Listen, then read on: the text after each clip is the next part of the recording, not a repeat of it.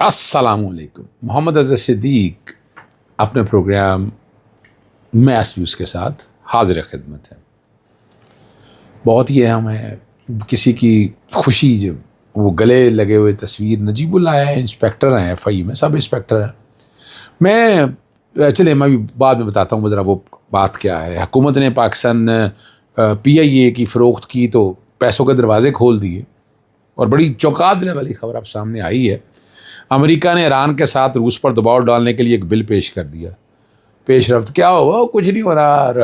روس کو ناکو چنے چبائے گا. نواز شریف کی لگائی ہوئی مہینوں بعد بھی جو خواہش ہے نا بجھ نہ سکیں، اور ایک شہری اسپتال پہنچے. مولانا فضل الرحمان کے خلاف کارروائی شروع. مولانا فضل الرحمان نے یہ جو کچھ بھی کیا ہے کوئی کہانی ضرور ہے پیچھے، یہ میں بتا دوں. سپریم کورٹ کا فیصلہ کیا درست ہے؟ ذرا ان سب چیزوں کے اوپر نا گفتگو کرنے والی ہے، اور باتیں کروں گا میں آپ کے ساتھ بہت ڈھیر ساری جناب. سب سے پہلی بات ہے نا، میں پرسوں واپس آ رہا تھا اپنے کلائنٹ کے کیس میں، اور معاملات بھی تھے منڈے والے دن. تو جب میں ایئرپورٹ کی طرف تھا تو راستے میں فون آ گیا ہے، جی میں حضرت صدیق بول رہے ہیں، مجھے فلاں بندے نے کہا ہے کہ یہ کام صرف آپ کر سکتے ہیں. میں نے کہا کیا ایسا کام ہے؟ اسلام آباد میں ملنا چاہتا ہوں. میں کہا میں تو لاہور جا رہا ہوں، میں تو یہاں ٹھہر نہیں سکتا.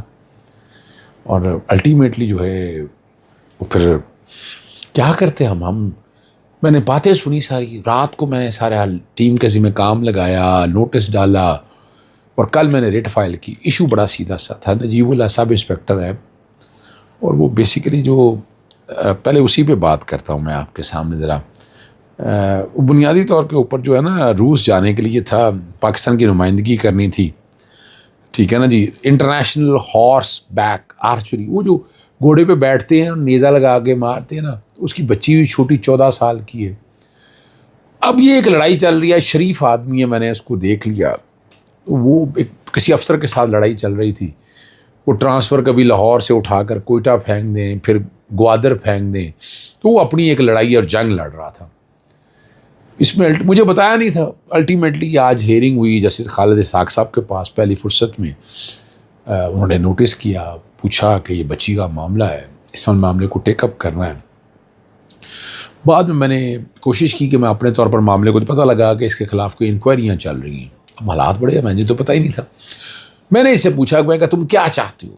اب وہ خوشی والی تصویر دیکھیے گا، وہ ہاتھ چومنے کے چکر میں پڑ گیا، وہ پیچھے بیک گراؤنڈ پہ چل رہی ہوگی. یعنی وہ میں نے انہیں منع کیا. میں نے کہا یہ ایشو نہیں ہے. میں نے اسے کہا، انہوں نے کہا جی میں بچی کے لیے نوکری چھوڑنے کے لیے تیار ہوں، میں استعفیٰ دے دوں گا، استعفیٰ دے دوں گا میں، اور اپنی بیٹی کا میں کیریئر نہیں تباہ ہونے دوں. یہ میرے لیے بڑے جذباتی مناظر تھے، بہت جذباتی مناظر تھے میرے لیے. مجھ سے بھی رہا نہیں گیا، اور الٹیمیٹلی میں نے جو ہے عدالت سے بھی یہی گزارش کی. اور جسٹس خالد اسحاق صاحب نے نا والدہ کے خلاف جو محکمہ کارروائی باقی معاملات میں نہیں روک سکتی ہے، اور کم سے کم بچے کی نمائندگی کے حق کو اولین اہمیت ہے.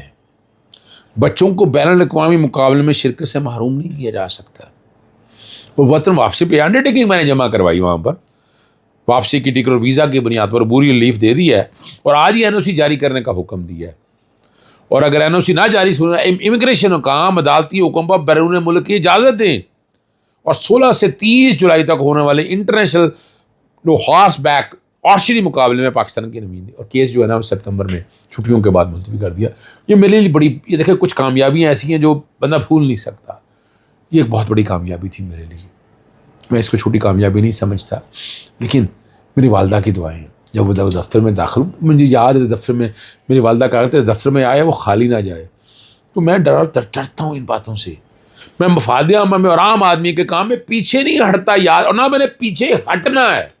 یہ یاد رکھ، کوشش کرتا رہوں گا نا اپنے طریق پر جتنی کوشش کر رہا ہوں والدہ صاحبہ سلامت بیگم کے لیے. آج ویسے میری سالگرہ ہے، بہت سے لوگوں نے محبت بھرے پیغام دے، میں ابھی دیکھ ہی نہیں سکا ابھی تک کسی کا بھی.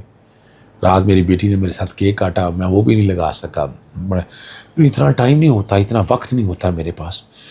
چلیں آپ کو آگے باقی خبروں کی طرف لے چلتے ہیں. سب سے اہم معاملہ جو ہے، پاکستان نے انٹرنیشنل پی آئی اے جو ہے نا 14 ارب 20 کروڑ مالیت کی 11 جائیدادیں منتقل کر دی، جن میں بیرون ملک واقع 7 جائیدادیں بھی شامل ہیں. اور نجکاری کمیشن کے مطابق نئے مالکان اسلام آباد کو اپنا نیا کاروباری مرکز بنانے کے، یعنی کراچی کی بجائے جو ہے نا وہ اسلام آباد کو ہے۔ اور ان جائیدادوں کی مجموعی مالیت خریداروں کی جانب سے ابتدائی طور پر ادا کی 10 ارب کی نقد رقم میں سے تقریباً 4 ارب زیادہ ہے، اور حکومت نے فضائی کمپنی کے 100% حصہ 55 ارب روپے کے عوض فروخت کیے۔ تاہم اس وقت صرف 75% حصے جو ہے نا منتقل کیے گئے اور 10 ارب روپے وصول کیے گئے، باقی 25% حصہ جو ہے نا کہ منتقلی اور 45 ارب کی بقایا ادائیگی کا مرحلہ ابھی باقی ہونا۔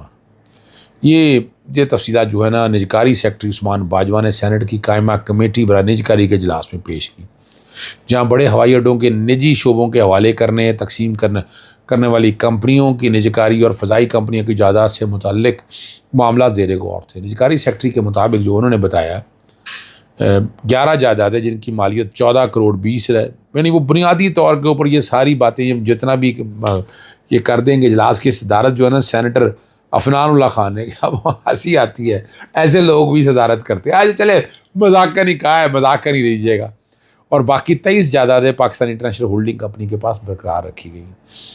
اب روس کو گرانا چاہتے ہیں، اور روس کو کہاں گرائیں گے آپ؟ پاکستان اگر اس خطے کے ساتھ مل جائے تو ناکے چنے چبوا دے گا امریکہ کو۔ اور نئی پابندیوں کے متعلق امریکہ میں دونوں جماعتوں کی حمایت سے ایک نیا بل پیش کر دیا۔ اس بل کے تحت صدر ڈونلڈ ٹرمپ کو روسی تیل اور گیس کے 5 بڑے خریدار ممالک جس میں چین اور بھارت بھی شامل ہے پر 100% تک ٹیرف عائد کرنے کا اختیار مل سکتا ہے، اور اس اقدام کا مقصد یوکرین جنگ کے معاملے پر روس پر معاشی دباؤ بڑھانا ہے، جبکہ حتمی فیصلہ صدر کے بیچ بھارت مان جائے، مانتا رہے، اب چین کیوں مانے گا؟ آپ کون ہوتے ہیں جو آپ کی باتیں مانے گا؟ اور مجوزہ قانون میں روس کے دفاعی توانائی اور مالیاتی شعبوں کے ساتھ ساتھ روس کے شیڈو آئل فیلڈ پر بھی مزید پابندی عائد کرنے کی تجویز دی گئی ہے، اور امریکی قانون سازوں کے موقف ہے کہ ان اقدامات سے روس کی معاشی اور تجارتی سرگرمیوں پر مزید دباؤ ڈالا جا سکتا ہے۔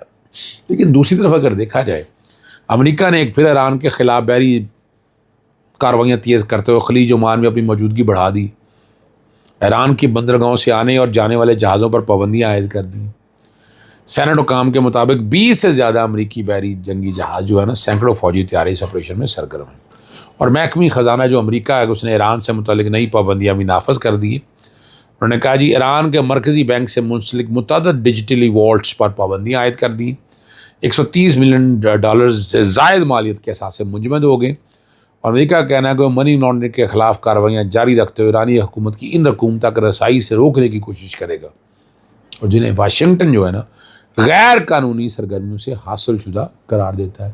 امریکہ بدماش بہادر بنا ہوا ہے، کیا ہوگا یا کیا نہیں ہوگا آپ سمجھ سکتے ہیں۔ چیزیں اب آپ لوگوں کے سامنے آ گئیں، چلیں آگے چلتے ہیں۔ لاہور کے علاقے اسلام پورہ میں کٹی پتنگ نے 2 موٹر سائیکل سوار کے گلے پر پھر گئی، اور ریسکیو حکام کے مطابق گلشن آبی کا رہائشی 33 سالہ محمد ارسلان گلے پر ڈور پھرنے سے زخمی ہو گیا اور طبی امداد کے لیے اور ہسپتال منتقل کر دیا گیا ہے۔ میں تو لگا ہوں بڑے عرصے سے کوشش کر رہا ہوں کہ یہ پتنگ بازی خدا رہا یار، یہ خونی کھیل ہے یار، پر نہیں، اب نے منانا ہے یار۔ اچھا منانا ہے، منائیں بھائی، سیو نہیں کر سکے آپ، یہی مرونا میرا۔